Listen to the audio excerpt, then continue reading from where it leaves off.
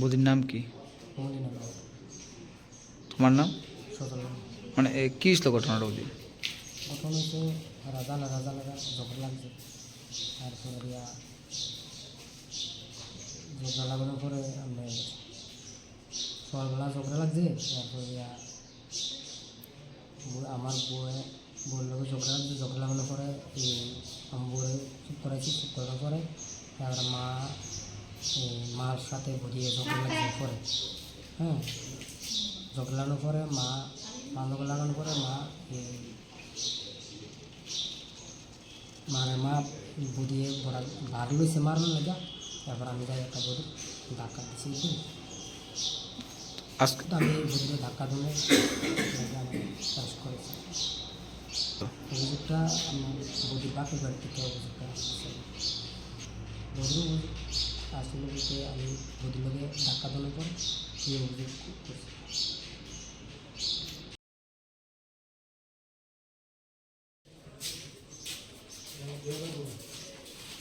আমার কাম হচ্ছে না তো।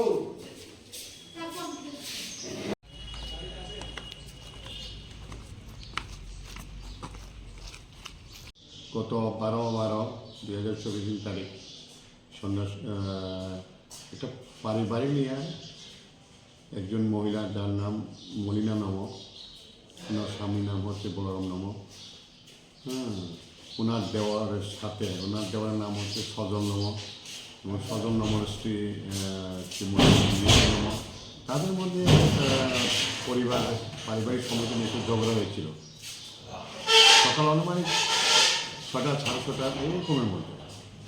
এরপরে সন্ধ্যার সময় মলিনা নামক ওই ঝগড়াটা কেন্দ্র করে নিজে অপমান সহ্য বোধ না করতে পারে সন্ধ্যা 7টা 8টার সময় নিজের গায়ে নিজে কেরোসিন তেল জ্বালিয়ে আগুন লাগায়। এরপর ওনাকে প্রথমে আনন্দনগর হসপিটাল, এরপরে জীবিতে নিয়ে ভর্তি করা হয়। এরপরে ওনার চিকিৎসা চলাকালীন 13 দিন পরে ওই যে মলিনা নামক জিবি হসপিটালে মারা যায়। এরপরে আমার কেসে যা প্রসিডিউর করার পর আমি আজকে যে মানে ওই কেসের সাথে জড়িত দোষী সজল নামকে আজকে আমি অ্যারেস্ট করি এবং এখন কোর্টে ফরওয়ার্ড করিতেছি।